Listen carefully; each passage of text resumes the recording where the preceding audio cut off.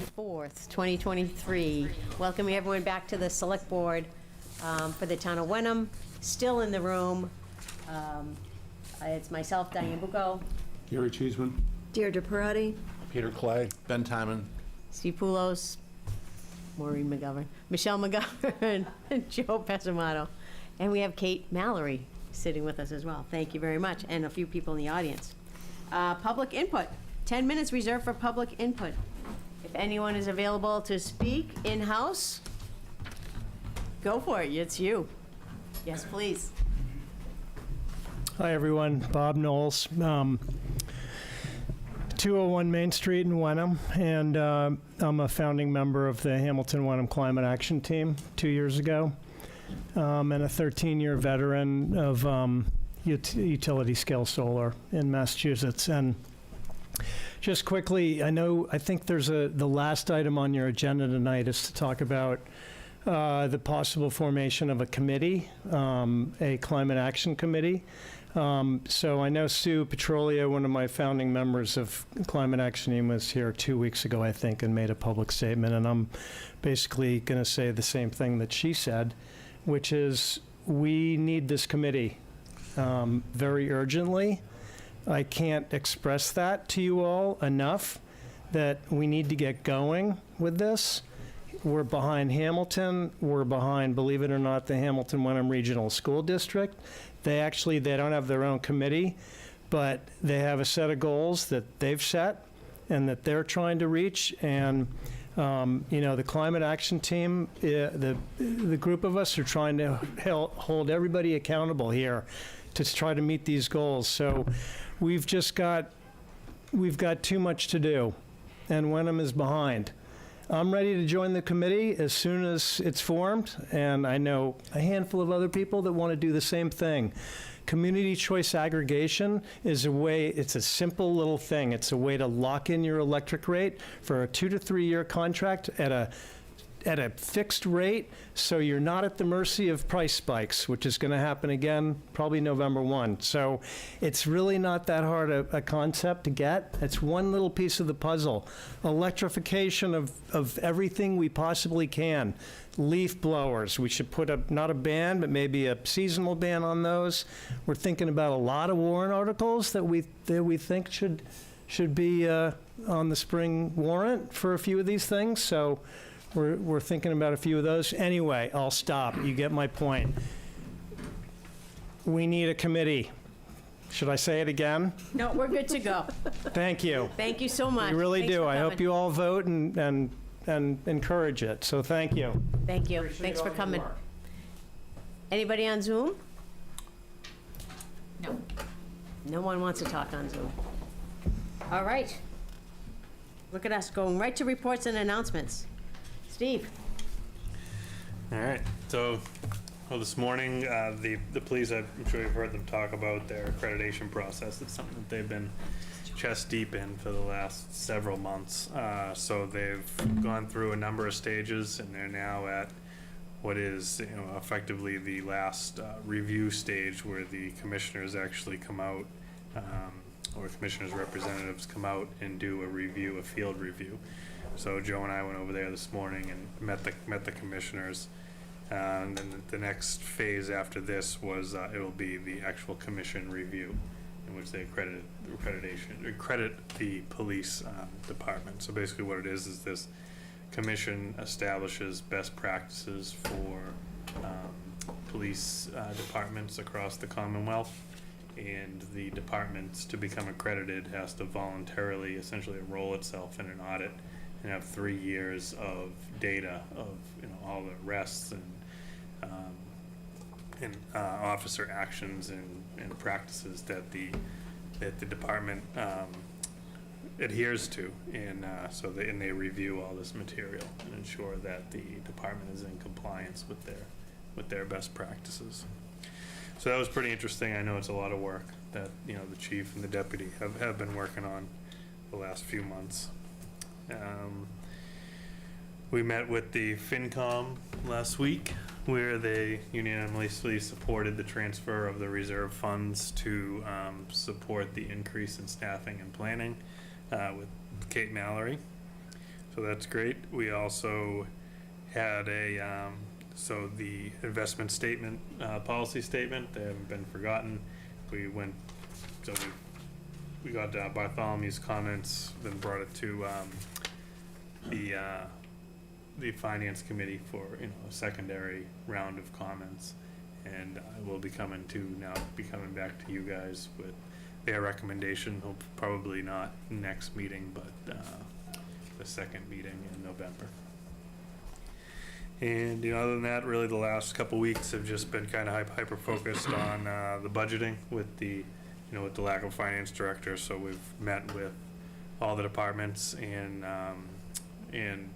boards that have budgets, and we've gathered that, and I'll go into more depth a little bit later. We've also sat a couple times with the capital team, and we've put together at least our first draft at reprioritizing the last year's 5-year plan that we put together, and then starting to talk about what stuff needs to start to show up on the horizon for 29, moving that out that extra year for the 5 years. And that's all I have for you tonight. Thank you. Pete, you have anything? Nope. Nope. Ben? Yes, just a brief update on the working group that is focused on a potential new website. So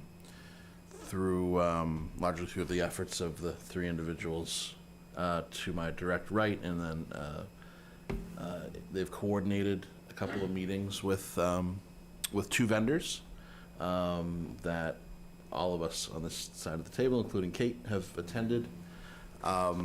We have heard from the incumbent website company about potential revisions to the site. We heard from a competitor, and then we have a 3rd one coming up that was that needed to be rescheduled. So we'll have their input on potential changes to the site, and the process is moving along. I think generally speaking in the way that we had all hoped. And once we've heard from the 3 different companies, we'll take some next steps and figure out whether we want to zero in on 1 or 2 of them in a more in-depth way, generate some proposals from them. So, just a question about the incumbent. right. I mean, our website is not good. Would they say that's because we haven't let them make it good? I think it's fair to say that they actually have put together a proposal already for things that they think should be changed, and some of those things are newer technology that they've developed over the past couple years, and so I think they recognize that that it needs to be improved. But to your point, that's frankly one of the reasons why we wanted to talk to other people too. Right. Okay. Good. Great. Thank you for that. That's awesome. Deirdre, anything? Just an update on the master plan process as we move along in phase 3. Our next meeting is in 2 days, Thursday evening at 6:30. It will be Zoom accessible. And we'll be meeting with the consultants who will present the updated strategies list, and we'll be continuing to refine and sort of hone the strategies that go with the goals and the vision. So if you're interested, definitely tune in, and comments are still continuously welcome. Thank you. Gary? I'm good, thank you. I'm good too. I don't really have anything to report. So the only thing I would say is Now that- you have a report? Yeah, I do. So the elementary school project, Yeah. we've now moved to monthly meetings. Okay. It's the last Monday of every month. And who are you? It's just the group meeting. You're not meeting with the SB school building, the state, right? You're just, who are you meeting with? We're dealing with, we have 2 consultants 2 consultants. that are working. Are those meetings at a standard place and time? Yeah, it'll be in the school offices. District offices. Yep. 2nd floor. Last Monday. Great. Thank you, sir. Anything else? New business. I see Dr. Ting in the audience. Welcome, Dr. Ting. Please talk to us about our health department.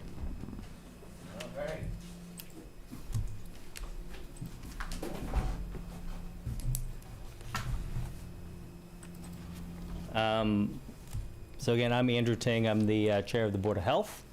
And I'm just going to give you a quick update. One of the most pressing things that come in the last month or so is a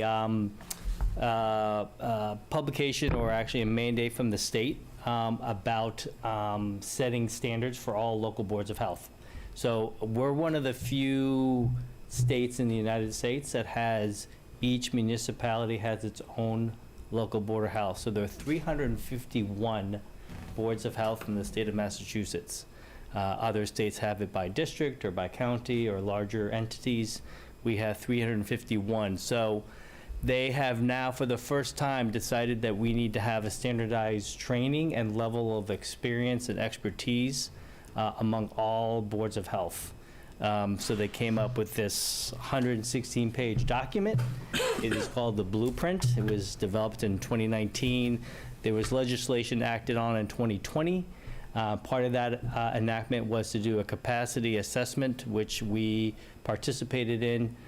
Spent a day here at Town Hall pulling all kinds of documents, from food safety to pools to camps, to septics, and that all that data was collected by the state and used to determine where we were from a baseline setting from all communities. So what this means is we're not completely sure, but the standards are just being put out there. And if you want to go to the next slide, there's a couple of questions like, so the performance standards, these standards are in effect now, but most towns do not meet them currently. So it is upon us to meet all those standards. A lot of it is training and certification. Some of the individuals in our town have started doing that. They would like all the members of the Board of Health as well to be certified in all these things. So it's about 16 hours of actual doing webinars and other kinds of readings that you'd have to do. The public health nurse, Mary Beth Ting, has already completed all of her training. Her husband has not, is lacking. So he is trying to find time to do that. If we go to the next slide here. So the response is that we need to start working upon it. It is on each town to sort of set what that minimum standard is based on what the state has been pushing through. And the states come from a national guidance as well. So it's essentially in the national standards pushing down to the state, and the state pushing it down to the local boards of health. If you want to go to the next one. Again, these are now minimum statutory regulations that we have to meet. There are shared services, and we have them right now actually with the town of Hamilton. For example, our flu clinics, or is a shared agreement between the two in terms of providing flu for both the citizens of Hamilton and Wenham. I have talked to my counterpart over at the board there, David Smith, about whether or not there are some more shared services we could do. And that's something maybe of a further discussion later with the boards about even regionalizing our boards of health, which is also allowable and applicable as these standards come into place. Next. So we had a capacity assessment. We actually did pretty well.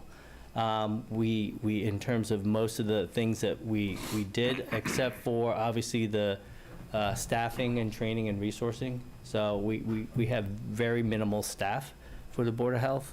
And so that makes it difficult to do some of the things that we would like to do in terms of meeting all the requirements, whether it means having folks right now who are on staff to take on more responsibility, or finding other folks to take on those responsibilities to meet those minimum services. And I think there's one more slide here. So one of the big things they're going to start looking at is sharing data. So analytics is really poor amongst the boards of health. We share some data that's required by the state, which is MAVEN, which is the epidemiologic infectious disease sharing. So that is for sure we do. But other data, there's not a good way of capturing that data as well as sharing it to the state. So those are some of the things that is going to be a big push, which I don't know what terms of technology requirements those are going to be. Those are unclear yet, but the state is still working on it. I think there's one last slide, which is, are we going to get money? Right now, boards of health don't get any money from the state. Most of that funding comes from, obviously, from the town and from grants. We are part of the Public Health Excellence Grant that is between us, Hamilton, Manchester by the Sea, and Rockport, yeah. So that's a grant that funds, we have a social worker, we have a nurse, we do a lot of programming. One of the things that, if some of you have been available to see, is the One Stop program, which is funded through the opioid settlement. So they are looking at how to fund some of this. It's still not clear. They are looking at it for 2024, and we'll find out more, because obviously it would be helpful if we had some state funding to do some of this programming. So in a nutshell, those are some big things coming down the pike for the boards of health, and that's a big thing for us. So any questions from anybody? Ben? Glad you're on it. Yeah, definitely. The performance standards, is this going to be an annual review from the state, or is it a one-time, you're certified and you go forward until someone replaces you? Yeah, so right now they want to first everyone get up to the minimum at least, and then I think at some point, once we all meet the minimum, they're going to start to crank up some higher level of services. But again, they would like you to go from municipality to municipality and have the same standard of public health services. So that's the first part. This will take obviously several years to do. They'll probably do another capacity assessment to see how the training is going, certifications and resourcing and all kinds of things like that. So it's still not clear. There are a lot of webinars and meetings regarding these new standards that are being set. So we'll know more, hopefully, in the early part of 2024. Thank you. So it's interesting to note that they're bringing in some standards, similar to like the assessors. Board of Assessors are supposed to be certified, but that's a one-time thing.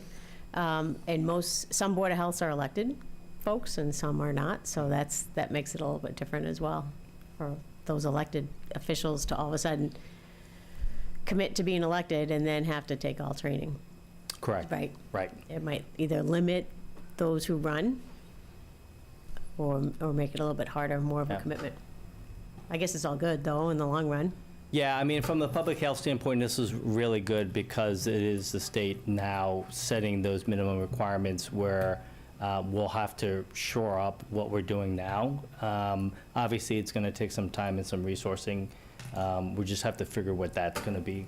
But it's pretty exciting to have that set because there are towns that just won't be able to do it. And so the question is, will they have to regionalize their boards of health to a public health department, which I think a lot of towns, small towns, are looking at, is to share services to some extent and create a sort of regional department of public health. So I heard you say that, and that sounds pretty interesting to me. Make it up a couple communities, regionalize, does each community still have a Board of Health, or is it just one director and staff in each one, or we don't know that yet? I'm not sure how that would Okay. work. I know that, like, for example, Hamilton, Wenham, obviously we share a lot.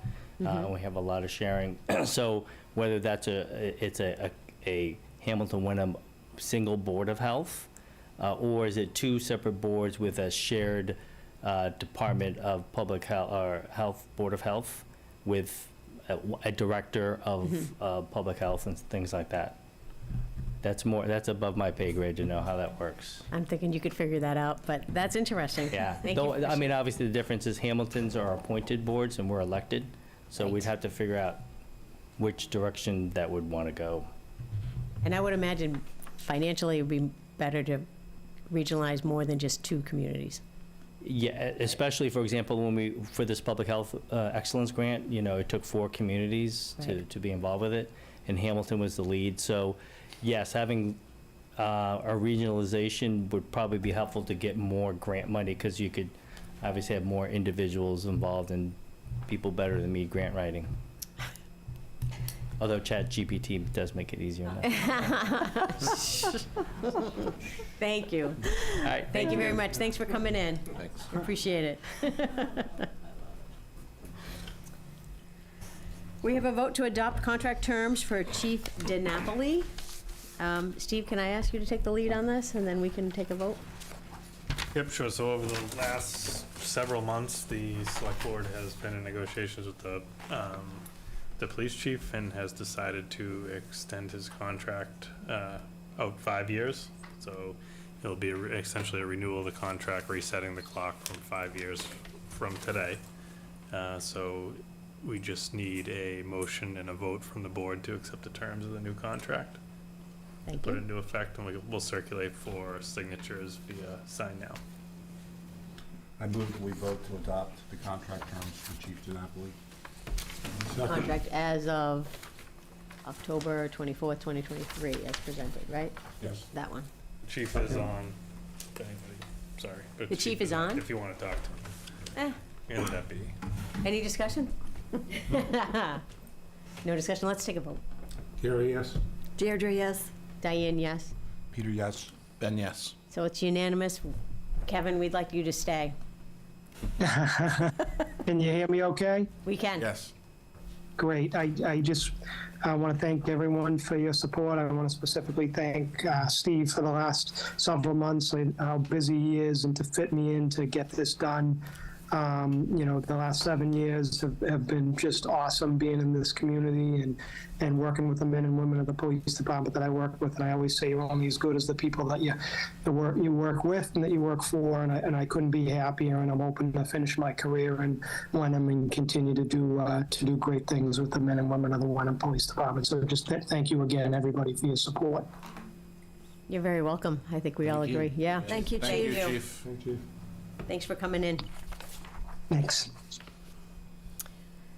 Discussion and vote to select a candidate for an appointment to the at-large seat on the CPC. So Can I ask a question? Yep.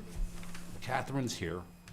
Mr. Starr's not. Did he say why he couldn't? yeah, well, we had a recent bit of news that Tom Starr removed his name from the ring. So it will be Catherine Harrison is the only candidate. Okay. I know, so what do we do now? Catherine, would you like to say hello before?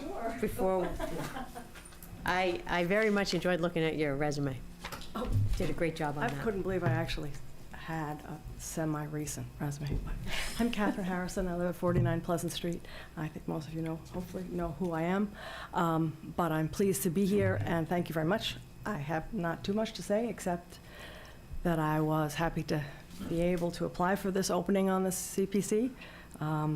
I have a lot of, in general, experience with the CPC through the FinCom, Select Board, et cetera. And I guess my hope is to use that past experience to help move the town forward. The master plan, it'll be great to be able to make decisions about things like applications with a lot of input from the community, what the community wants. So I think that's great. It is an at-large seat, and I consider myself sort of an at-large person. I have no particular preference for category. There are different CPC funding categories. I think I could look at each application individually on its own merit, and no, favorites or ones that I could imagine not funding as long as they had merit. So I appreciate your consideration, and I hope this is an easy decision for you, but I respect any decision that you make. Thank you. Thank you very much. Would anyone like to make a motion? I think she's a perfect candidate. I'm happy to make the motion. Okay, go. I would like to move to appoint Catherine Harrison to the Community Preservation Committee effective October 24th, 2023, for a term ending June 30, 2025. Second. Is it only a one-year term? No, it's filling various 23. slots, so it's, Oh, it's the fulfilling of the 2025. 2025, 2 years. I thought we were 2024. Thank you very much. Any more discussion? Thank you, Catherine, for stepping forward. Shall we vote? My pleasure. Gary, yes?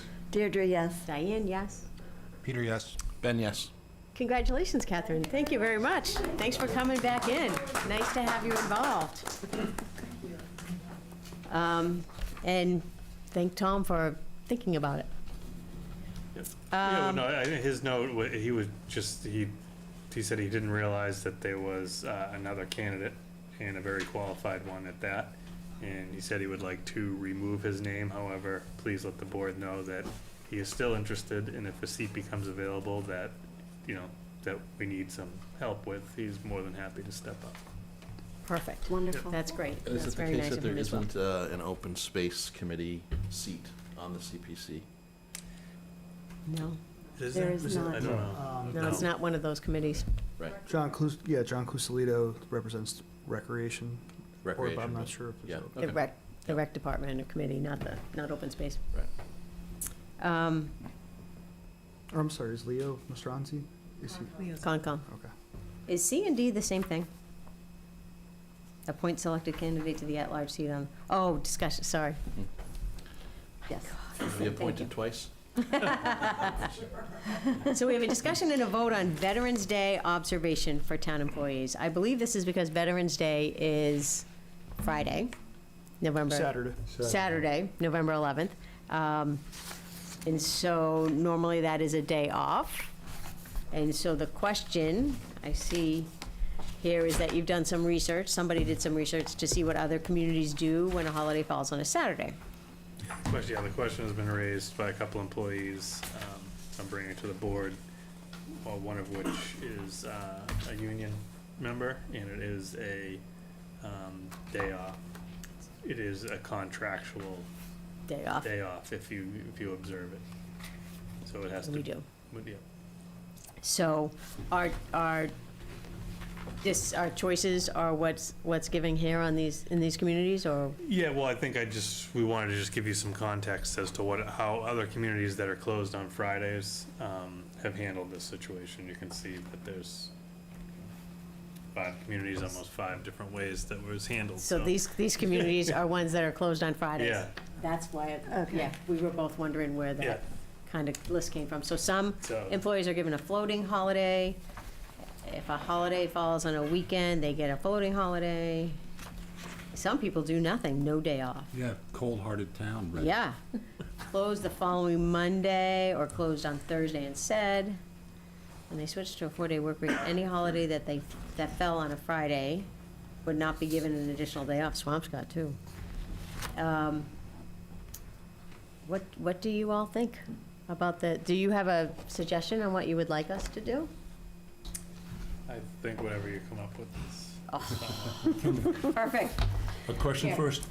Is it written in each of the contracts, or one contract, or It's just one. just one? Yeah, so the DPW, for example, works is still 5 days a Right. week. The observance is Friday, so I told Rich that, just operate status quo. Library is different, they are contract.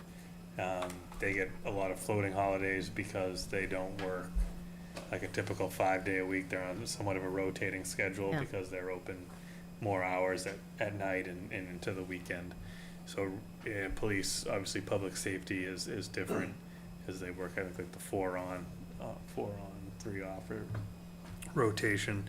So it really just comes down to the non-union employees of the town that work in town hall specifically, and we have one union individual that has it in the contract. Has what in the contract if they get the floating holiday? Well, no, that it would have to be, I mean, technically, it probably should be bargained, right, because it'd be a change of benefits, but, you know, the bargaining perspective from the union would be that, you know, that is a defined holiday. You know, And so they're they- missing a day off, they Yeah, need so a like day off. basically I see it as you get, you know, if there's 12 defined holidays, those are 12 days off you get. And with us opening an hour earlier, which essentially you're working the hours that you were working on Friday, spread out over the week, Monday through Thursday. So before the discussion, how does a floating holiday work? Are there rules on that? I've never Yeah, dealt with that in a certain amount of basically, time. yeah, I mean, the library does it a lot, and usually they have a time frame, so let's say hypothetically you earn a floating holiday, you have to use it in, you know, I think the library does like 30 days. Okay, But I think one of the communities on there, I don't know if we put it on there, but it was 3 months. You had to use it in 90 days, I believe. okay. You know, and then obviously it's subject to approval of, you know, your manager. Supervisor. And, you know, coverage and all that stuff, so you can't just say, I'm taking Wednesday off. This might present itself again, say with Juneteenth, for instance, if it falls on a Saturday. Yeah, right, good point, So it'll Joe. come back, So okay. this is something I wanted to bring up, right, so this is like an immediate need with Veterans Day due to the time horizon, however, you know, this will set a precedent probably that we'll then put into our personnel handbook that we're working on right now, because it will happen again with other holidays. Okay. Yeah, so let's think about that for a second. What you mentioned Juneteenth. Are there any other holidays that would come into play here? Obviously, you know, many of the holidays are Mondays, so that's not relevant to the discussion. Well, like the July holidays, like, 4th. yeah, I mean, any federal, you know, at Christmas, you know, if Christmas was to fall on a Saturday and the federal observance was Friday, that would trigger something like this. Excuse me. It's really all about like when the observances and the holidays that are on the same day every month kind of rotate their way through the Right. month. And, you know, you might not see it for several years, but then Right. there'll be a year that Yeah, it's you on might a know. Saturday. Right, right. Yeah.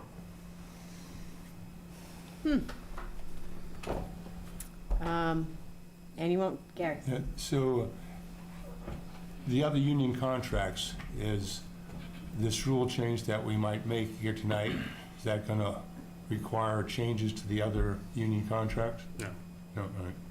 But would it apply to those individuals, or are they just working under the? No, but, you know, because, current you rules? know, their contract specifies hours worked, and the union contract is, you know, it overrides any personnel bylaws or anything like that.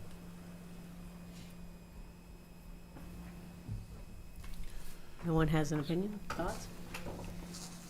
Well, I think we should work towards not closing office space that, you know, I can't see giving the entire organization a day off and compensation Right. all at the same time, because that's really going to, you know, Impact the town. impact the town. But I also don't want to take days away. Right, so, So I guess the floating Maybe the holiday. floating. The floating holiday is our only option for that, pretty much, right? Yeah, I would say either do nothing or floating holiday. I wouldn't suggest closing town hall for an additional day. You would? I would not. Okay, I misunderstood. No. Okay, so, The Athol Um, approach. yeah, With I that, The Athol Yeah. approach, yeah. would not be given an additional, yeah, so let's, I think we should probably just go with a floating holiday, but I feel like you need to put a time limit on that. Right, you can't just take the day off whenever you want, right? 3 months? 3 months? 3 months? I think 30 days is a little Tight. tight. especially if you get into a calendar where, you know, Christmas and New Year's, or, you know, both hit at the same time and so forth. But also, too, is I should think we ought to have some sort of rule as to approval level, or who approves Right. the date selected. I would recommend maybe approval by the TA or, yeah, approval by the CA. Yeah, because you don't want, again, everyone volunteering to take the same day off. The same right? day off, Yeah, yeah. and the larger time horizon, whether it be 60 or 90 days, whatever you decide, it removes the, the urgency in a use it or lose it situation. So if it allows people to choose a day that's least impactful to the organization, instead of, realizing that, oh shoot, I have to use that this week, or I Right, lose it. right. You know what I mean? Yeah. Anyone ready to make a motion? I have just one additional question, sorry. You have one additional question, go for it. Full-time versus part-time. So would this potentially apply just to full-time employees? Do we have any employees at all who are less than 50%? And would that factor into whether we might say, any employee that is 50% or greater? Yeah, so we would have, we have part-time employees and regular part-time employees. So part-time employees would be 19 hours and less, or less. Regular part-time employees, we have only Margaret, which would be, she works with the ARPA fund sometimes a little bit more than 19 hours a week on average. So it would not impact regular part-time employees or part-time employees currently, because their hours are not, they don't work on Fridays. And if you're an hourly employee, which would be 19 hours and less, it would be, you just get paid for hours worked. Okay.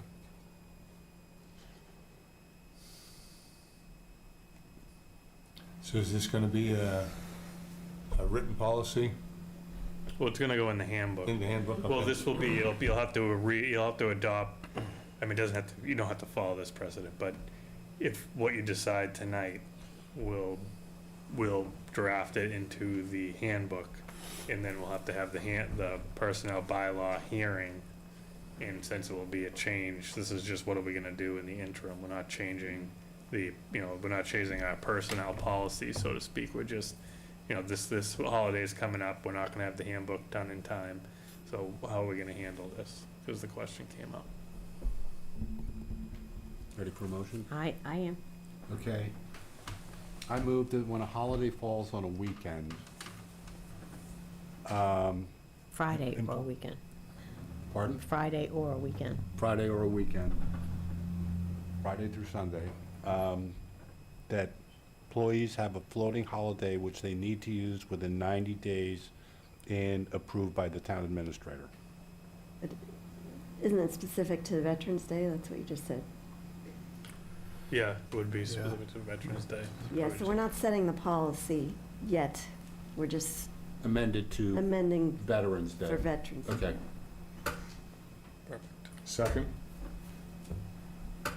So we're just doing Veterans Day, and then we're gonna make something like this. I'll draft Put it the- in yeah, into the policy, policy manual when we get there. Perfect. Any other discussion? Let's vote. Gary, yes? Deirdre, yes? Diane, yes. Peter, yes? Ben, yes. A unanimous vote to approve the floating holiday for Veterans Day 2023. IT plan update. I know nothing. Townwide fiber option connection. I think that's you, Steve. Yeah, so, this is one of the goals that was set over the summer or earlier this fall, was to, essentially review our current IT situation and start to develop a plan moving forward. So essentially, we're on our data, I guess to back up. So our data center lives in the police station. It's, I believe, 8 years old now, and a replacement cycle on servers like that should be somewhere in the 3 to 5 year range, 5 being the upper maximum. So we're way beyond its life cycle. We have to restart it at least daily, right? Most of the time, multiple times a day. And beyond that, our connectivity is reliant on our internet connection. So we have network switches in town hall, police station, COA, library, and DPW. So those are all similarly, they're not nearly as expensive as a data center. However, they're also something that fails and should be replaced and updated in that 3 to 5 year range. We have some of those that are, you know, exceeding a decade old. We just replaced one, I believe it was $2,700 to replace one of the ones. So moving forward, we've been in talks with Danvers. We're part of the North Shore Coalition. We pay North Shore IT Collaborative.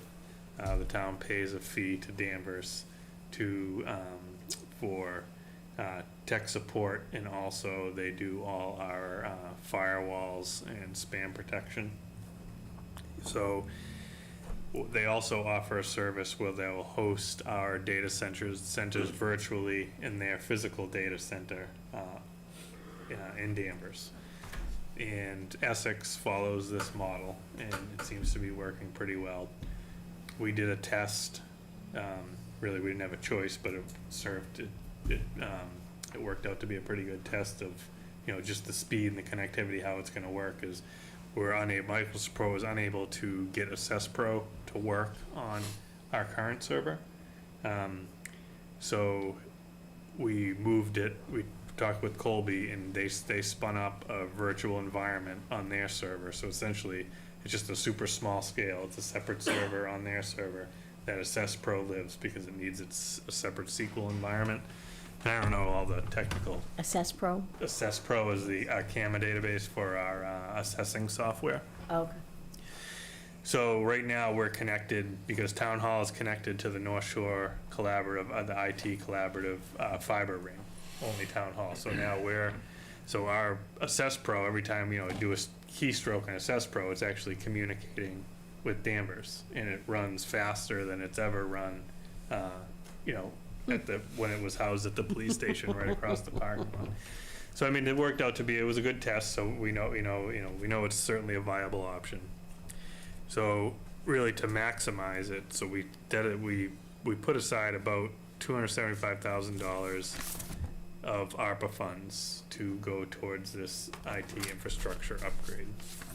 And the direction that I'm going, and the proposal ultimately be asking the board, is that we join Danvers for a virtual environment, and to essentially to make that happen, we don't have to connect the whole town fiber optic, but that's kind of like the new age and the way everybody's going.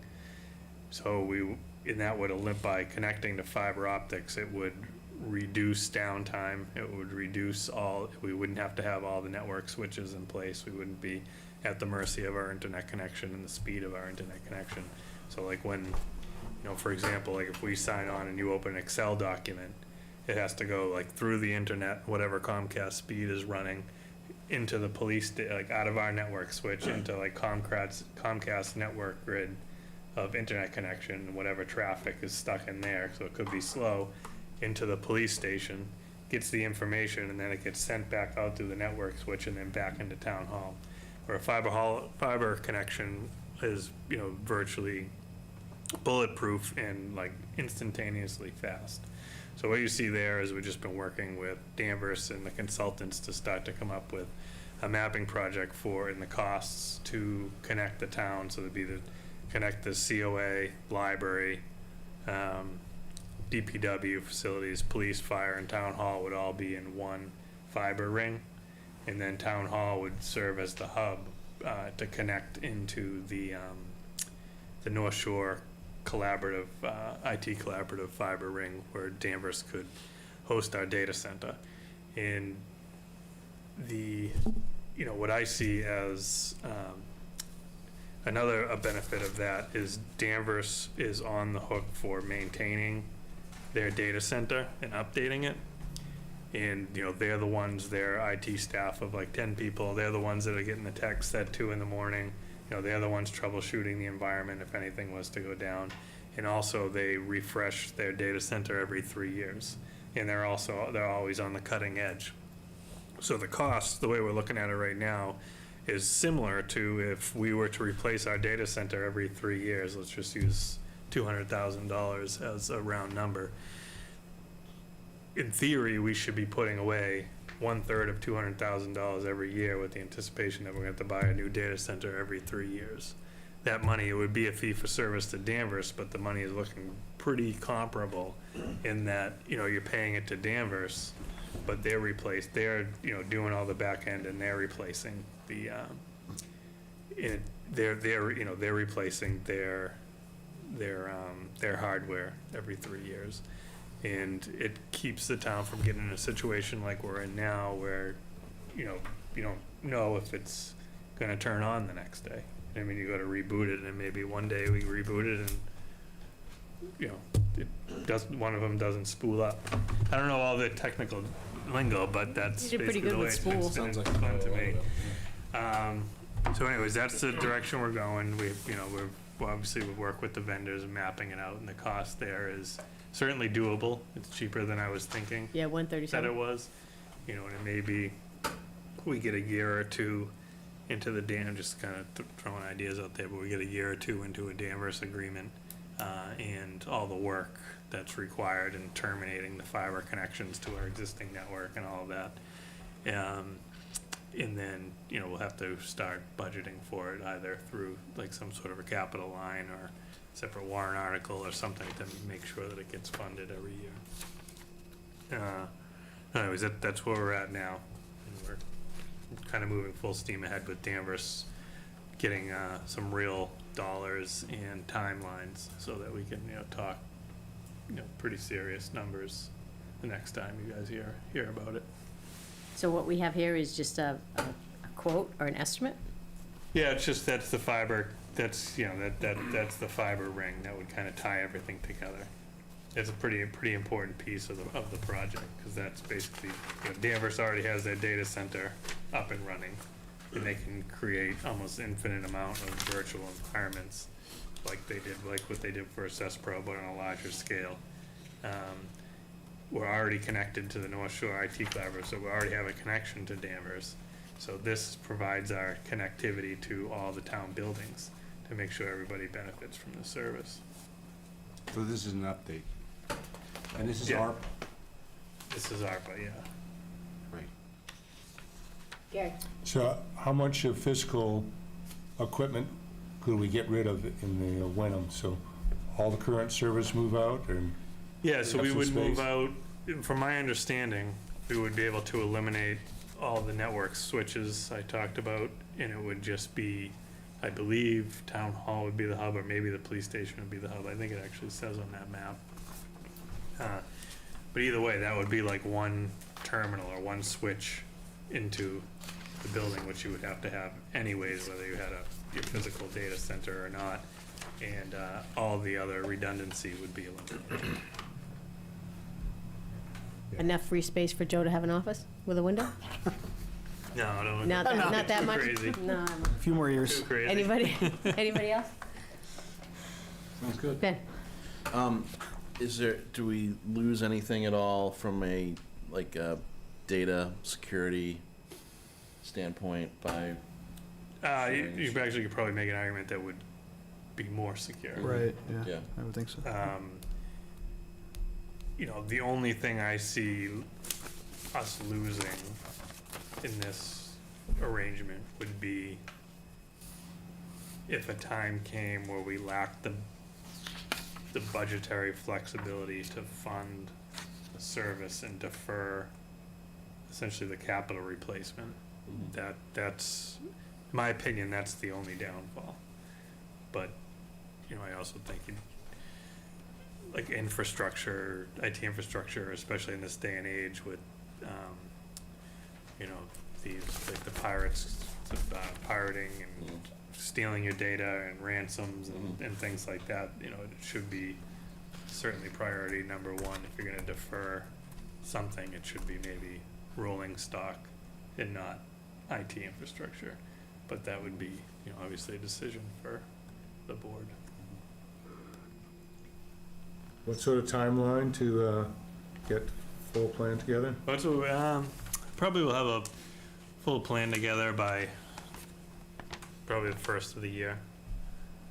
And then, you know, I don't know what the timeline for implementation would look like, but at least in time that we can plan, see the potential future budgetary impact and, plan around that and make an informed decision going into it. It's not something we just pull the trigger on and then realize next year, like, oh shoot, maybe we shouldn't have done that. Are we gonna be tearing up our roads to do this? No, it's on the power lines. Awesome. So my question would be, I always thought the public safety needed like special connections, safety connections. I'm assuming that that would still all be, Yeah, I mean, from what, Danvers must have to do the same thing, right? all good questions, and I'll make note to make sure I ask Colby, but they operate Essex Public Safety, Danvers Public Safety. I think Topsfield's moving to this model as well, and they'll be operating their public safety. So I would think that they have that covered, but I can certainly. But the hub, double check. it does show the hub is the police station. Is it So, the police? yeah, Okay. yeah. Even the DPW water department way over there. That looks pretty cool. Do we need a vote to continue on that? No, I just an update. Just an update? Just an update. Awesome. To make sure that this Thank seems you. like everybody is open to the idea. I wanted to make sure that there was some buy-in or openness before, we Well, I know that continue down the this systems path. here need help. Years ago when I was here, the internet would go out all the time. I'd have to call upstairs, flick the switch. You can't really function that way. If that works, can you fix the phones too? Well, that is part of it. Okay. Because I don't know if we're gonna be able to afford it just yet, but it will, at least from what I've understood, a lot of folks are going to, essentially your phones are like in the cloud. Right. So it's all about like your network connection. So it will be able to be, our network connection will be at the DPW, and then everybody will be connected with fiber for phone lines. And then that also, like if you're working from home, you can set you go online and be like, ring, if this phone number rings, ring my cell phone. Like nobody knows it's ringing your cell phone, but it's just it's something we talked about, and Danvers is working on doing their whole new phones. So we're kind of letting them do the research and present to us what they found to be the best solution, but they're moving that direction as well. That's great. So would that mean that that's another reason why we don't need a cell tower in Iron Rail? No, I think cell tower, I don't think you're ever gonna get rid of, well, at least maybe not in my lifetime, cell phones that I see. Like the actual, like driving down the road with a cell phone and like your data, like that type of cell phone data, that's all. You still need a tower cell for that. towers, and I don't see that going anywhere. This is literally just PCs plugged into the wall. Got it. And like the Wi-Fi in the building here would be powered by that. Thank you. Could you update us on our ARPA stuff? I sure can. Joe, Oh, you'll take Joe. that.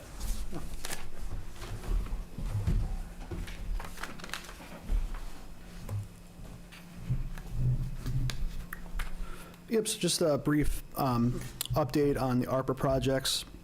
By way of background, the administration team had sent out a survey, I think last December, asking residents how they wanted to use the American Rescue Plan Act ARPA funds. We took the top 12 choices, so I just wanted to give a brief update on that to the board. The first one was IT. Steve already went into detail on this, but we've done several things the past year. We're on Office 365 now at Town Hall.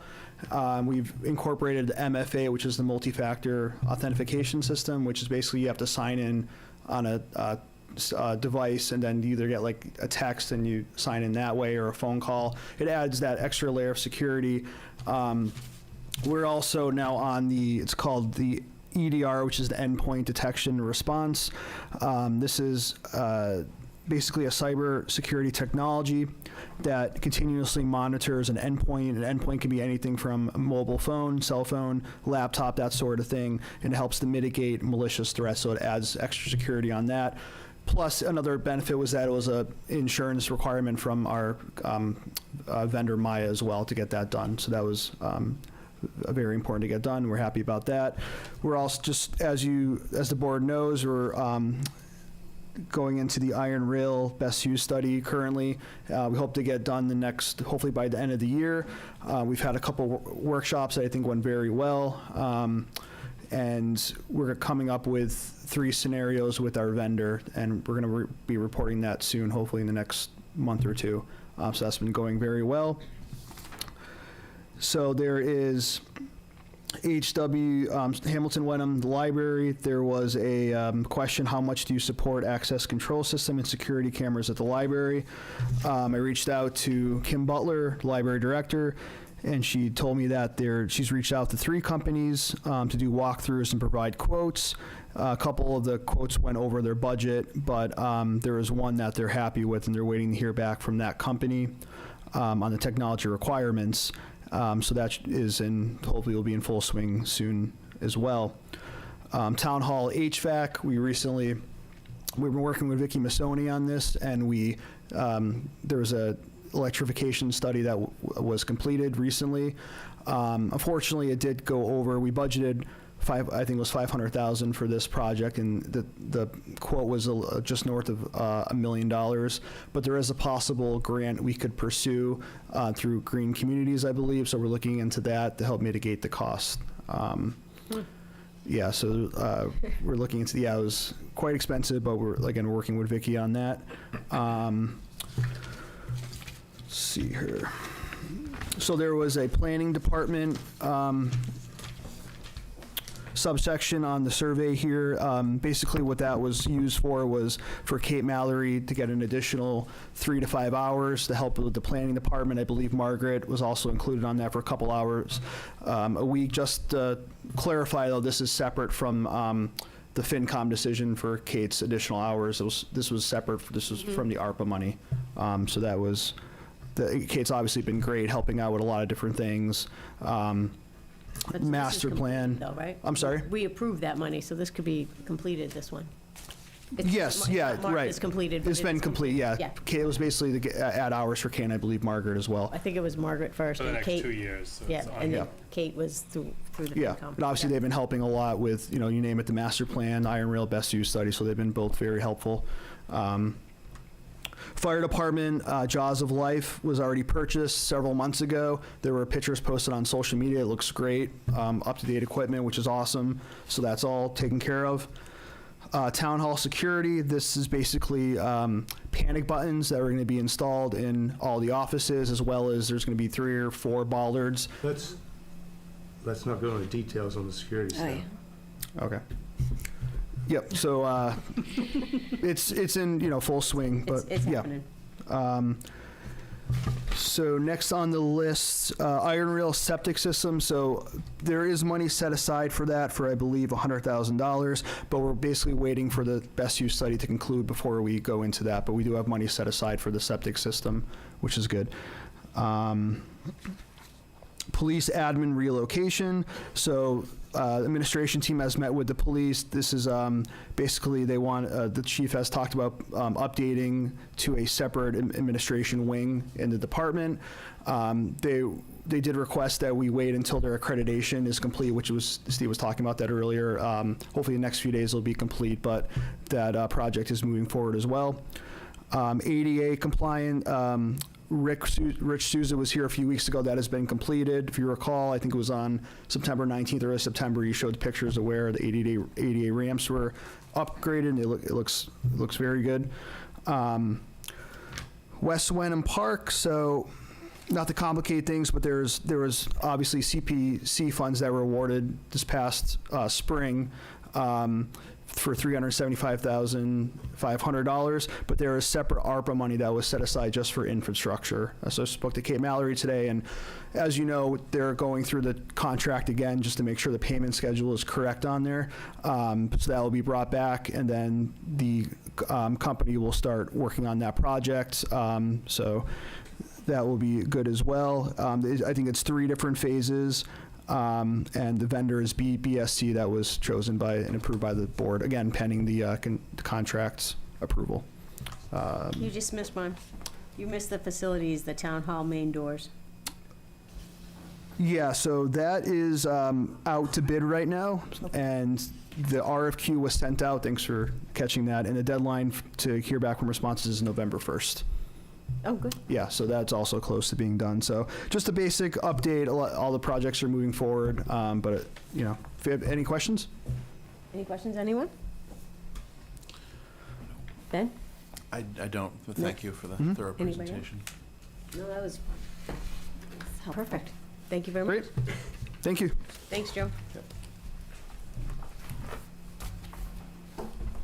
The next thing on our agenda says draft budget overview, but before you get to that, I'm just confused on what's in the packet Okay. on the air quality report. Were we going over Yeah, that? so background on the HVAC, we initially went out to bid last summer, and we got a quote for, I think it was $350,000 or $400,000.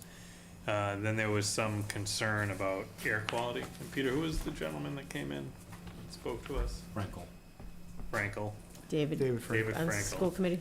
So he came in and he spoke to us about concerns about the air quality. So we had the state come in and do essentially an air quality assessment. So that's the results of that report. And then the electrification grant came up, and we opted to apply for that grant and get the grant, and then have the electrification study done to see if it was a viable option to electrify the HVAC here in Town Hall. So then that's the results of that. So between the two, we're gonna use those as, you know, basically information to help drive our decision to what we ultimately do. You know, we need to make sure we have outdoor air exchange to reduce the humidity problem that we have in here, as evident in the air quality report, pictures of the, you know, the water running down the inside of the walls into the basement, and then the dripping on the ceilings. That all ties back to the high levels of humidity in the building. And the air handlers are being, you know, essentially forced, they're not made to do it, they're being forced to double duty as a dehumidifier when the air is run through the air exchange, and whether it's cooling or heating. And then, you know, electrification, obviously it's I was a little bit sticker shock, to be honest with you, when I saw the $1.1 million. However, there is a grant out there.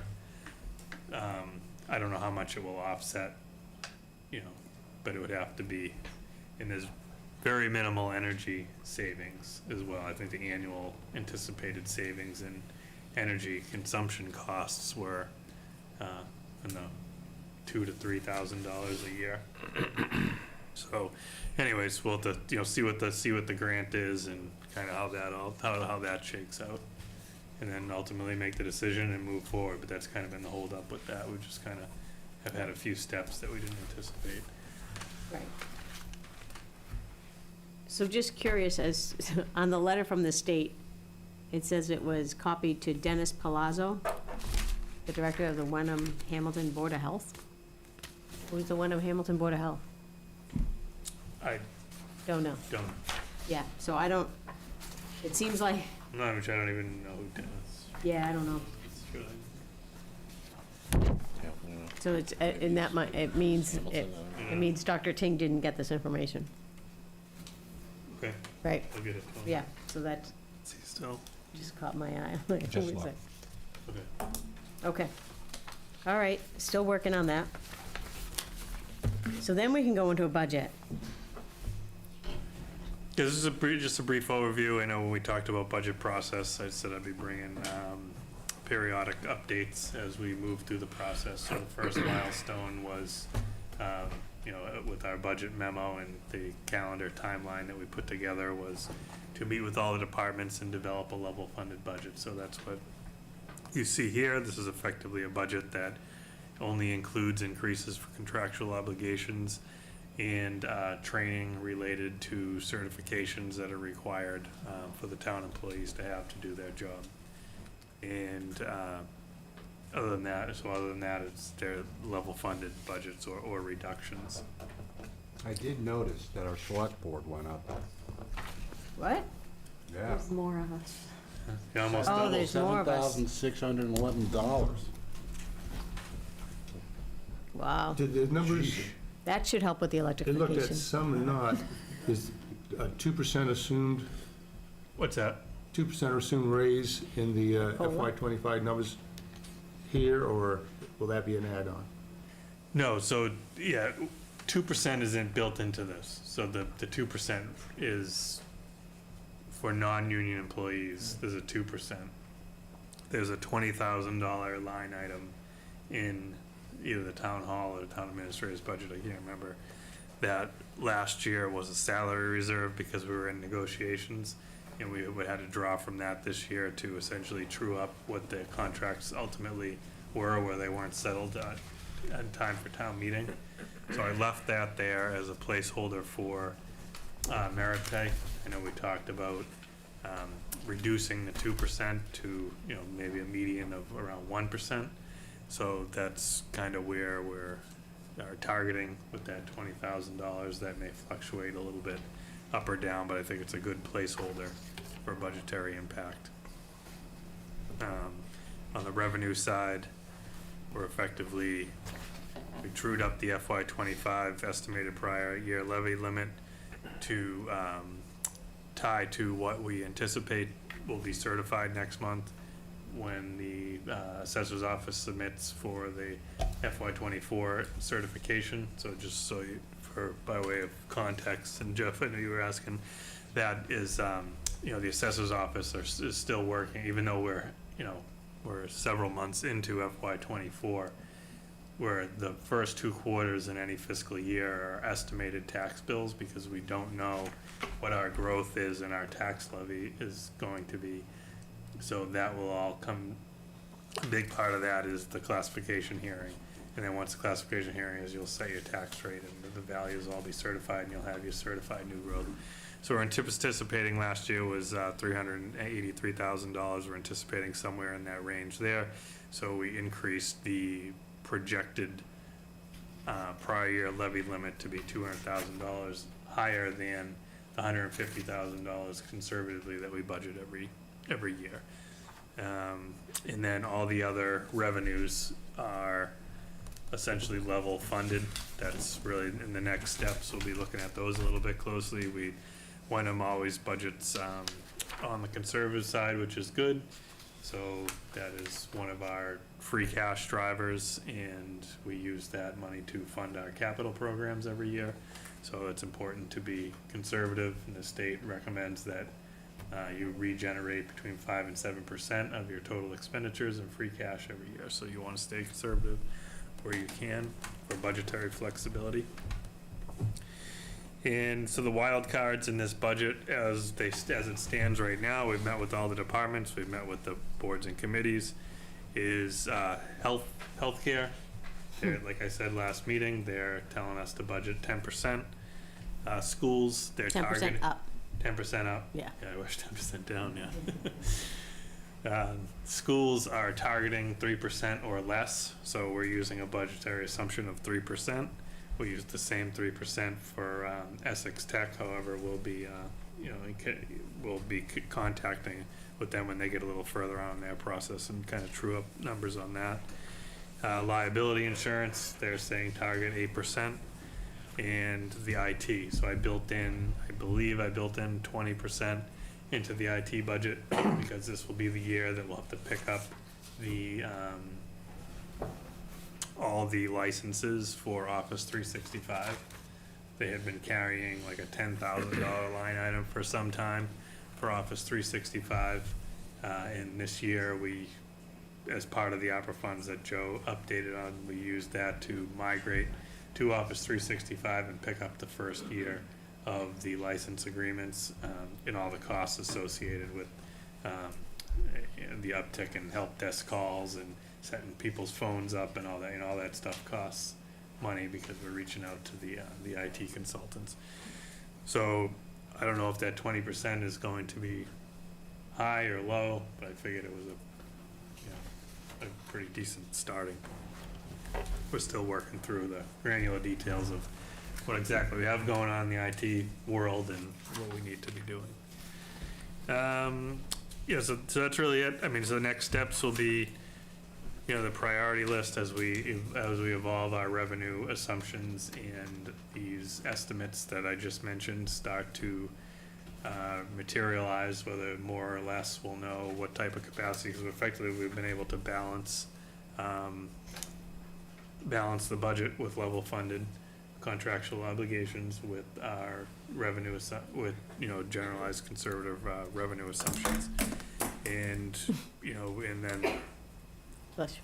but late November, early December meeting, the board will be asked to, essentially come up with the budget that they want to go with. That'll be, we'll be able to see what, if any, additional capacity we have to fund, as a small list. I was anticipating a lot of requests from departments, but everyone kind of was like, no, I'm good with what I have. Not everybody, but there's been a couple of requests, and I'll share those with you and see if we have any capacity, and if we don't, and you still want to fund it, then we'll talk about alternative funding sources. And then we'll move it to the FinCom for their thorough review, and the finance, the late December, was it the 19th? 19th of December, I believe, is the Saturday budget meeting. So that will be both boards and the departments will be there, and we'll talk about some highlights and have a chance to interact with the departments and ask questions and things like that. Right. Any questions for Steve? Just on the capital plan, Mhm. so are you mostly working from what you started last year and creating the 5-year outlook on the capital plan? Are you entertaining new requests? Oh, yeah, no, I am encouraging new requests. We want to, you want to Capture it. evolve it every year. What should be on our horizon. Maybe there was something that wasn't even on our radar last year and now needs to be done ASAP. There isn't anything, but that could happen. So we want to, just because we didn't talk about it last year doesn't mean we don't want to do it. We're pretty far along with that. We're just drafting updates for all the current projects. So this year it'll be presented in a way that, here's what town meeting authorized last year. Here's where we are in those projects. Here's what we're asking for this year. And here's our proposed 5-year capital and rolling stock plan. That's great. On another news of interest that's pretty good is the balance sheet has been submitted, and it looks like we may actually have a free cash number in weeks. So that's Wow. much. Certified? Yeah. Wow. That's great. Seems early. And since we're on the topic, our new finance director, Yeah. what's the plan, or is November there? 21st, November 21st. Yeah. Okay. unfortunately, but yes. Yeah, unfortunately. Okay. But that's a clean start. It's a finish with Essex and fully with us. Yes. Okay. Yeah. All right. Thank you. I think that's the end of our new business. Our old business is a discussion on the formation of a climate action committee. We had a awesome presentation. I wasn't remembering the date, but it says it right there, September 19th, from Deirdre. So, and we've had quite a few people speak to the need for such a type of committee. So what is everybody thinking? I'll start with you, Pete, if you're ready, on forming some sort of climate action committee. I think we should do it. You think you should do it? I think we had a discussion, I'm looking back at the minutes from the September 19th meeting when you presented. I think we had a discussion like, is 7 too many? That was one of the points raised, yes. And who should that group report to? Well, that's something to Ultimately- discuss. Yeah, yeah. Yeah, But you like the idea of a committee. I do. So then we need to, I think everybody would agree? Am I misunderstanding? Is everybody kind of on, like, we should probably have some sort of committee? Yes. Yes, yes. So what kind of committee? My concern, if I could speak first, is that there is no one in town hall that can take on another committee as a liaison. I believe that any committee and any community should be able to run themselves. This means organizing an agenda, getting it posted, running a meeting, and getting their minutes done. I think anyone can do that. They did it with, I'm seeing skeptics out in the audience. I think, I believe that's the way we did the 3 to 5. I don't believe that there was a liaison staff running that. Does anyone remember? The town administrator at the time was participating. I mean, I wouldn't say he was staffing the committee, but he was participating. So That was, was who was Tom making the agenda? The chair. The chair, running the meeting, the chair, doing the minutes? Not the minutes, I don't believe. I think we had the recording secretary for the minutes. Okay. So that's my concern. I don't think that we have staff to do that. I think people could do that, but that's up to what you guys think. That was my first concern about bringing in a new committee. What's your second concern? My second concern is, even if we have a committee that is going to be run by themselves, following open meeting law, et cetera, there's no one within town hall that could do background research or follow up on grants right away. So I would hope we could form some sort of committee, of people that really want to do this, and start planning what needs to be done, what can we get done, to look forward next year, and then we can run that through the budget process. So Because everything's gonna need to have to So it's a cost money. shame Bob left. I know, well, we're taking a long time. Because he could actually run this committee. And he's been doing it now for like 2 years. Well, I don't and know if they he's been do- running a committee and a town committee, I don't know that, I don't know if he's, we don't know that, but we need to set the parameters of such sort of committee and expect a certain, and the committee needs to expect that they're not gonna have someone doing the agenda and the minutes for that at this point. But I think they were Right. doing it, as the climate action team, they were doing it themselves. Between Sue and Bob. No, Yes. that was somebody else. I can't remember. Again, that's not a. Not in the public. That's not a public meeting, so it doesn't go by open meeting law, it doesn't have to have agendas posted, stuff like that, so But that's. they'll have those to, are- we'll have to get them to do all that stuff. We will have to get them to, they have to step up for that piece, yeah. Thoughts? Should I respond, or do you want to? Well, everybody's gonna respond at some point, right? Go for it. I don't, so I don't have the impression that those volunteers who have stepped forward to be members of this committee, and obviously it's be the select board that makes the appointments, but we have volunteers who are ready to serve on this committee. I haven't heard that any of them, I haven't heard any of those individuals say that they think that the committee would be anything other than self-sustaining, or that they've requested dedicated staff. No, and I'm not So saying that they have, but I Right. am saying that traditionally, that's what it is Yeah. in Wenham. And I think that's where our staff are way extended, because I think people could do, committees could do that on their own. Some do, Wish does, right? Yeah.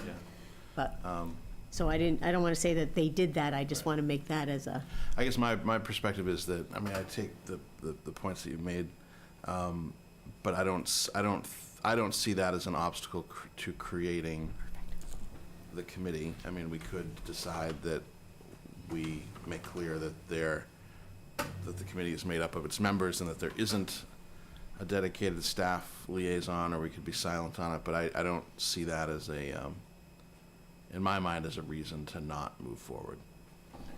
So Gary, didn't you, one of the things you did this fall, or are still doing, is going to each committee? Yeah, so my perspective on this, I think the big picture, we need to shift away from staff support.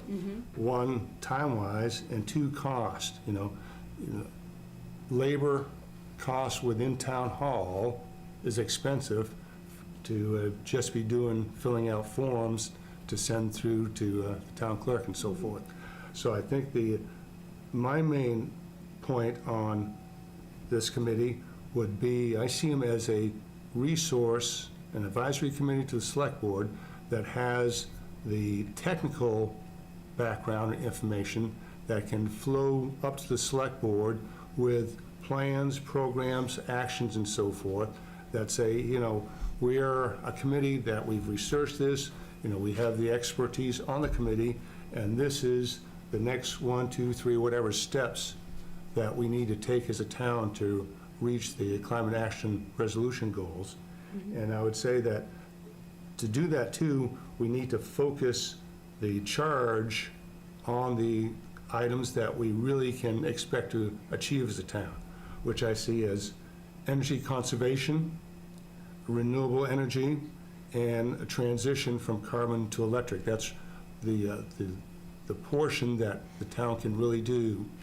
Other portions are, you know, climate action as a whole. Yeah, we'll do our part, but, you know, it's I want to get to specifics, not to general targets.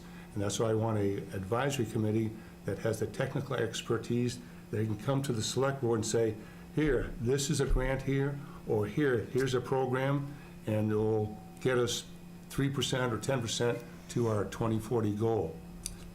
So just jumping right on that, Yeah. who's going to write that grant? If someone comes to Well, us and says, that's why I say. there's a I grant think- opportunity right Yeah. here. So I think that needs to be within the committee, that the committee needs to have the expertise to write the grant, to be the experts in this particular area, and to advise the select board. Because as you've seen in town hall, you know, we could have lots of extra staff Steve would like, but within the overall budget, you know, we're overtasked on routine matters, whereas, yes, if we could get rid of the routine, if people would step up as committee chairman or vice chairman, and even clerks to do their own minutes on the non-legal, Yep. you know, boards, that would free up time within the staff to actually do the higher level work of going out and finding the grants and so forth. Because Vicky's time as well is limited, so we can't. I mean, Right. what, 7 hours we get? If that, yeah. Everything gets, Yeah. Deirdre, go. but she So- also serves as a good resource to Definitely. the Hamilton board, so that could be.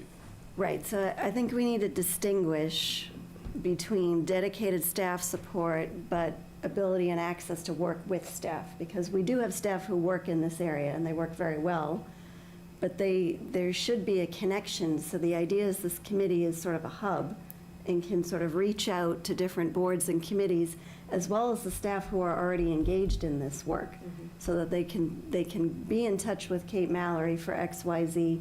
They can be in touch, or Vicky can be in touch with them. That's my understanding of how it's worked with Hamilton, because they're pursuing the same goals, right?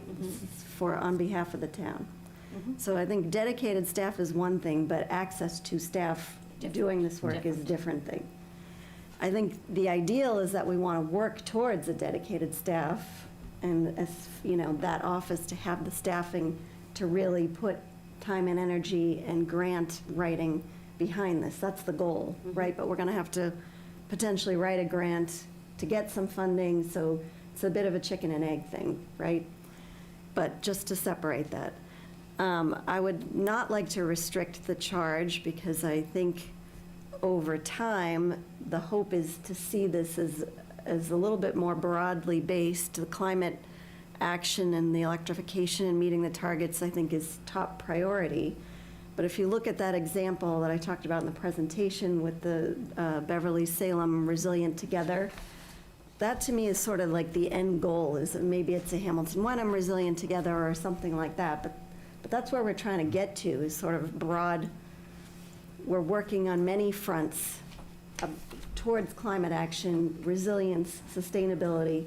There's the whole aspect of the municipal vulnerability plan, which I know Vicki has worked on and submit grants for. You know, that's a whole thing also where I think this committee can help advise, move forward. You know, the fact is, this topic is huge and it's urgent, and partly we just need to get started and let the committee help us figure out where we can go with it, create the funding for the staff and so forth. I do think the discussion about, you know, the minutes and the expectations for committees, needs to happen, but I do think that's a separate but related discussion, because we need to look at that holistically vis-à-vis job descriptions. You know, what are the expectations for staff? What's in the job descriptions? What's sort of the job descriptions? Gary raised that before about committees, the chair, the vice chair, the clerk.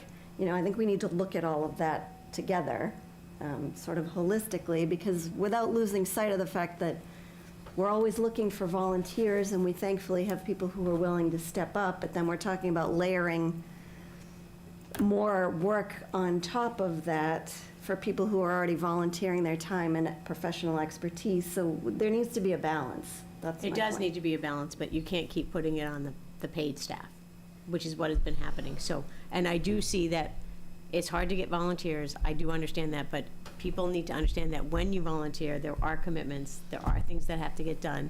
You take an oath of office, you follow the open meeting law, you do this, and actually you do have to do some homework to come to the meetings and be prepared. But let's look at You know, all of that.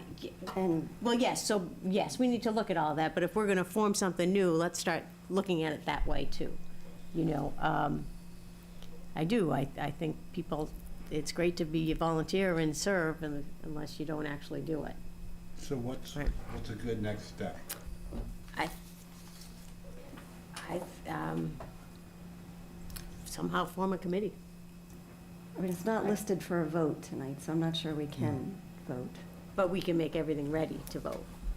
So, So should, things like we need a name, we need to know how many people we think we want, and an idea of their mission, right? so, two things. I'm more than happy to reach out to Bob. I think Bob's reached out to us, I think he's good. But I think I should have, what we expect of a committee. What does a committee do? I can, Just generally? I'll deliver my aspect on that next meeting, the overall, you know, chair, I vice believe- chair, clerk. I believe that would how to be do a through chart. when the I have- town clerk. That's when an we open have meeting that- law thing. When we have that, I think that will be really helpful to say, okay, this is what you're signing up for. Okay, this is what you're gonna need to do. And you're gonna have to, you know, take all the open meeting law, class or online thing, take the oath of office. But I think that's the right thing to do.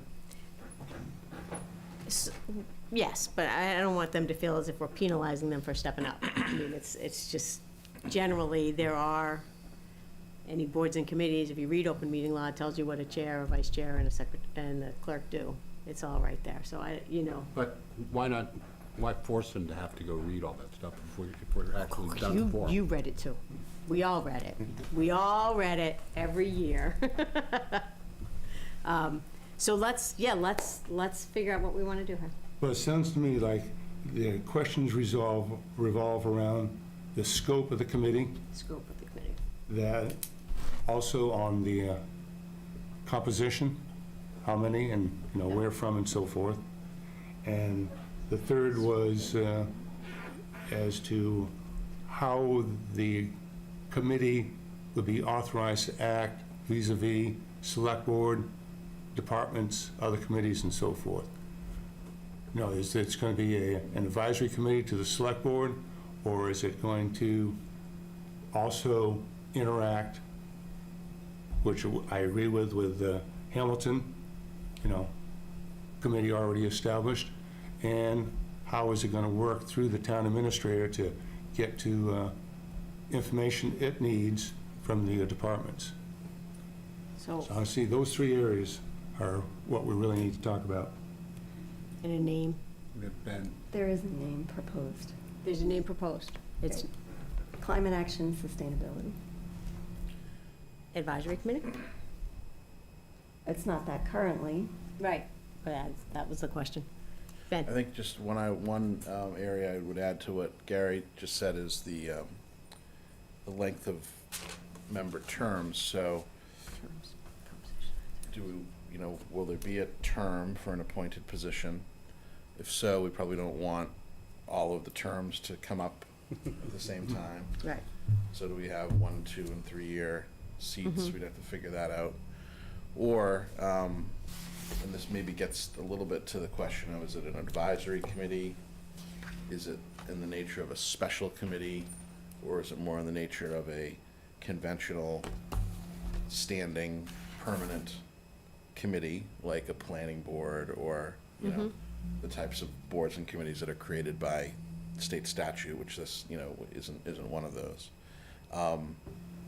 So let's take a couple of potential scenarios.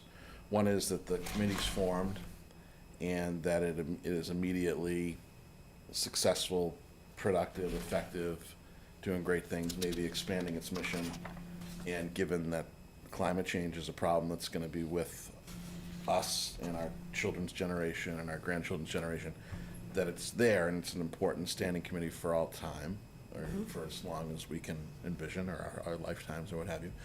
Or there could be a different scenario where it's more of a facilitating committee that's trying to draw connections to other stakeholders within the town, and maybe it achieves its charge after 2 or 3 years because it's been able to successfully allocate responsibilities amongst other stakeholders in town. That's another potential scenario.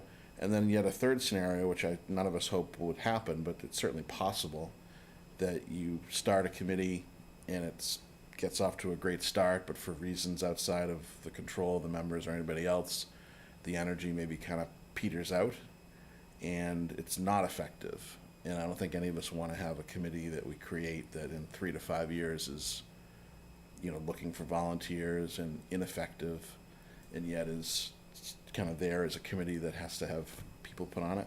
So I only raise those questions because I think it's in the context of, should it be more of a special committee? Should it be a task force? Should it be an advisory committee?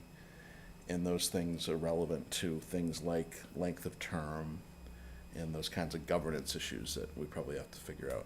I'm fully in support of creating this committee, but I think that there are some details that we need to fold into whatever the proposal is going to be that we might vote on at our next meeting.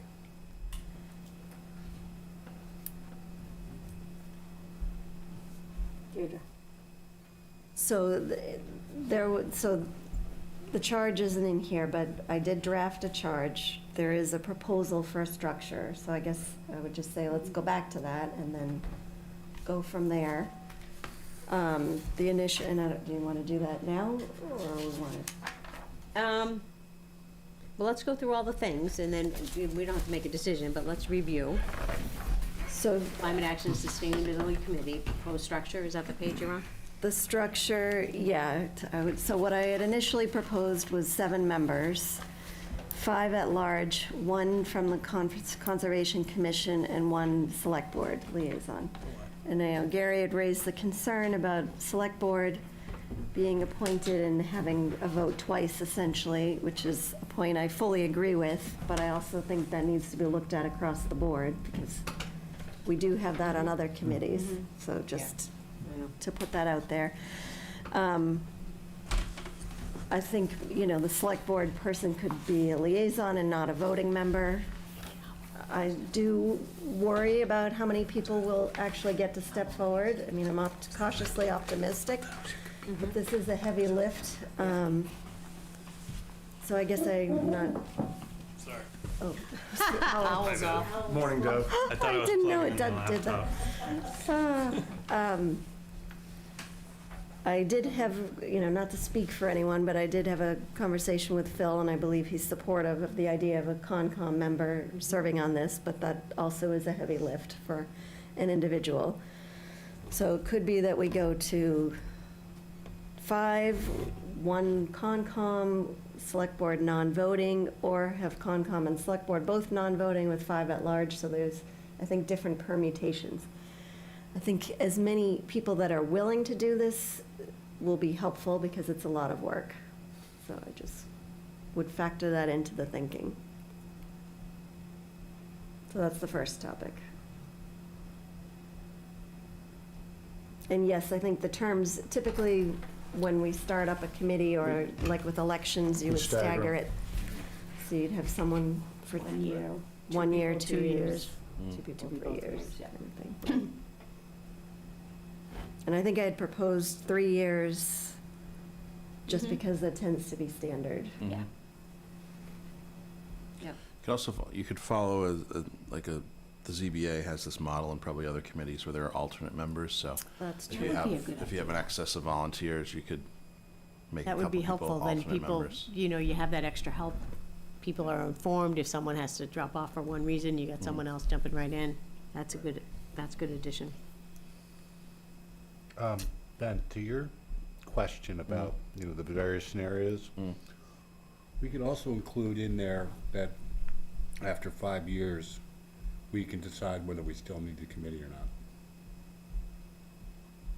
So a sunset Mm. provision. Yeah, I was sort of thinking, And thinking along hopefully, those lines. it's the Yeah. first scenario where Right. they're wildly successful, and after 5 years, we've basically defined everything all the directions we need to be going on, as Right. opposed to the last one, which I don't think will ever happen. I don't think it'll ever, I mean, if it ever came to the point that we didn't need the committee anymore, we could just retire the committee. I don't think, you know, It would be great if we got there. I just don't know. I don't think that could. I'm not sure we're going to see that. It'd be way too much. Steve, did you have any input? No, I think Let's- everyone's covered it. Okay.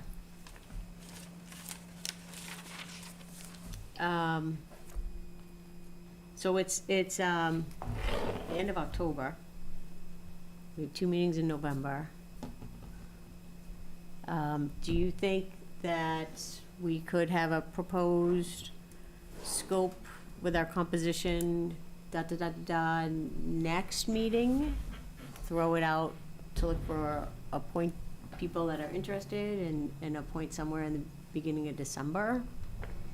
Therefore, they could start really getting together in January, come the new year? Is that outrageous of a schedule? No, although we may need some time to really recruit, because I don't know how fast people are going to show up for it. I mean, I think there Yeah. are a few people who are ready. Right, but they don't, the other people out there, they don't know They don't yet. know, Right, right. so, but is it, so I guess I was worried about trying to get it ready to promote too fast. Do we feel as if we could do that in November? To have a thing and then we throw it out there? Ideally, we get people, we can appoint them in December, they get started in January. If it takes longer, that takes longer. That's, some things are out of our hands, right? So the charge is drafted. I would say everyone go back to that. To your presentation. It's not in tonight's packet, it's in last week's packet. I mean, when I presented. When you it's in that presented? packet. Yeah. It's not Yeah. here. Well, I think, we I can mean, use- So a Recirculate proposed, what did you call it? Charge. Charge, which is similar to scope, Yes. same thing as scope. does it make sense for us to pull that up now and to No. try to, I mean, I'm trying to expedite things where we can. If there are any things that we can get a consensus on tonight, then it means that maybe at the next meeting that we're actually ready to vote on a product. Right. If we're looking for consensus, I think if you have it and you send it to us. Well, we have it. If we use that as a draft and all come ready to go, like, totally like it, I want to add Yeah. 4 new sentences, Okay, and So- then, and maybe we're still able to vote at the end of that Yeah. meeting. Yeah. I think, Potentially. I feel as if we all understand the importance, we know it has to happen. I think we just need to pull it all together and get it going. We need to decide composition. Yep. Decide the number of members. Mm. And confirm or edit the charge. Yeah. I think we could do that in a meeting. Can we call it scope? Yeah, I thought charge was standard, Charge. but Well, I don't know. you should have a charge for the committee that sets up its mission, its composition, and its duties, responsibilities. And then if you want to go on beyond that, add on, say, these are the specific things that we really want you to do up front or Right. priority-wise. Charge is good. So that's what I remember of what I wrote, I think, is sort of the mission and a list of like to-dos, the charge, the scope, kind of the same, I think. All right. Okay, so I think that's, that's a way to keep the ball rolling. I think that's what we gotta do for next meeting. Can we do, is there room on the agenda next time? Yeah. Well, I wrote down second meeting in November only because, Gary, did you say you were gonna wanted to do an update at the Yeah, I next meeting? can, either the first or second one in November for, I said, the big picture committee setup. Committee setup? Yeah. Okay. And the review of the committees you've been researching, Yes. that as yeah. well? Okay. I don't know if we want to use that information as part of the charge for the setup. Yeah, I think part of that is just the actual wording layout of this, you know. I'd like to So I see guess- just one standard, you know. So they all kinda- yeah. Here's the charge document, here's the standard, this is what you say first, second, third. So I guess, You know, and the point of we can do them both on one meeting, or does it make sense to have Gary go next meeting and then bring it back on the following one? Or- Can Well, we we, can fit them both on the can we next. try to do them both, and if we we should do find that both. it's too Okay. much and we can't do it, then we can push it back one more, Okay. but I think we should try to do it. So that would be awesome. Another thing I was wondering if we could add, that came up just by myself today, can we get an update on what we decided were our goals at our retreat? Like, where are we on our goals? Yeah, we can get an update. Realizing we should all know that, but it would be nice to review. Yeah, 'Cause I think actually, we're like November, that's actually the point we set. We were gonna check it, like, go revisit it each quarter, so November's about the quarter mark. That's the spreadsheet. Funny how that happened. Yeah. Perfect. So Good let's add timing. that. Yes, Gary? one thing on the schedule, Steve and Jeff here, did we confirm the date for the warrant hearing? The Monday prior or the Monday before the Monday prior? Did they So- talk about that at FinCom? We did have, normally it's the Monday prior to the Saturday annual town meeting. Yeah. But on our schedule, we had it the 2 Mondays before. And I don't know how you knew that I have a conflict with the Monday before. That was because of your conflict. Oh, was it because of my conflict? because you said Because you I had a did tell you that? conflict, There you yeah. go, that's why. So That's right. if 2 weeks before is too early, we might have to adjust that and just do it a different day, right? I just can't do it that Monday. I have a, Yeah, I think that's fine. It's really just if the Jeff, are you following FinCom or confused? Yeah, it wasn't raised at our meeting, but Okay. Steve and I are getting together on Thursday. Yeah, we can go over Check it. that. Okay. I just think it might be too early, 2 weeks before. Yeah, so it would be the middle of March, March. right? Yeah, be the last, yeah. So usually the FinCom hosts a joint meeting to go over the warrant articles of the warrant hearing before the Monday before town meeting. But in this case, there's a conflict, so we. There's a may need to- for one we of may us. to- I mean, we- it could still happen, if it's the best time to do it, it happens, that's fine. Is that when the assignments of who's reading the various warrants? Yep. takes place? Discussion and explanation to what the warrant, what the articles are, public are invited, we talk them out, discuss some things, hopefully people come and ask their questions. Moderators, or Yeah, he was there last He time. usually goes. Yeah, yeah. I think it was really just a forum to let the public, get educated on the articles and be able to have some discussion and get questions asked Ask prior to questions. going to town meeting. yeah, I don't have the rest of the calendar today. That's Yeah, no, honestly, though, Just throw that in your, yeah, we can talk more on Thursday. It's we always threw that out. at you, curveball. Anybody have anything else to bring up today? Nope. Awesome. So we know the next meetings are November 7th? Am I making it up? 7 and 20? 7 and What's that? 21? No, yeah, 20? 21, yeah. 7 and 21. Minutes. We have minutes? Oh, my that's gosh. right. I had We nothing do. to change. Did anybody else? No. I do, sorry. Deirdre does. You know how I mentioned that all committee members are supposed to be prepared? I am not, again, I'm sorry. Go ahead, Deirdre, what do you find? I think there were some sort of non sequiturs and places where a few thoughts were put together in one sentence, and it didn't quite That's true. make sense. So I don't know if you want me to do it all here, or I can also just How about- redline it and send it back. How about I take it and we'll cycle it through? What do you mean? Can we do that? Yeah. Back to the clerk, if, individual members have issues with Okay. the document, goes back to the clerk and we'll try And then we'll again. bring it back next time. Yeah. Okay. There's a bunch, There's a bunch? Okay, I will read them. things that we didn't quite say. Okay. And the finance director appointment is one day backwards in time, so that's not quite right. No. Time machine in Wenham. 16.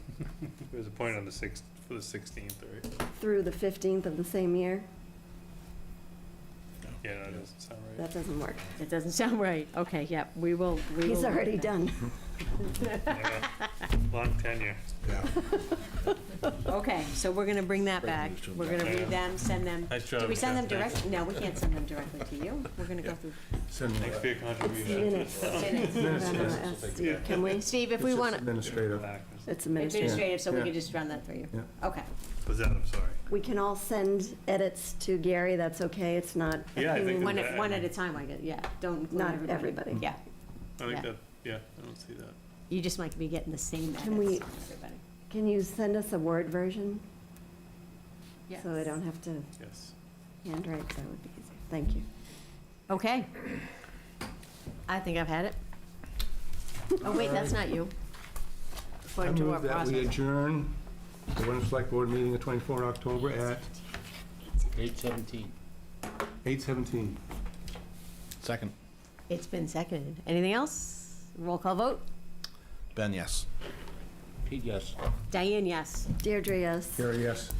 Unanimous vote, we are adjourned. Thank you, thank you. Thank you. everybody. Thanks. Thanks.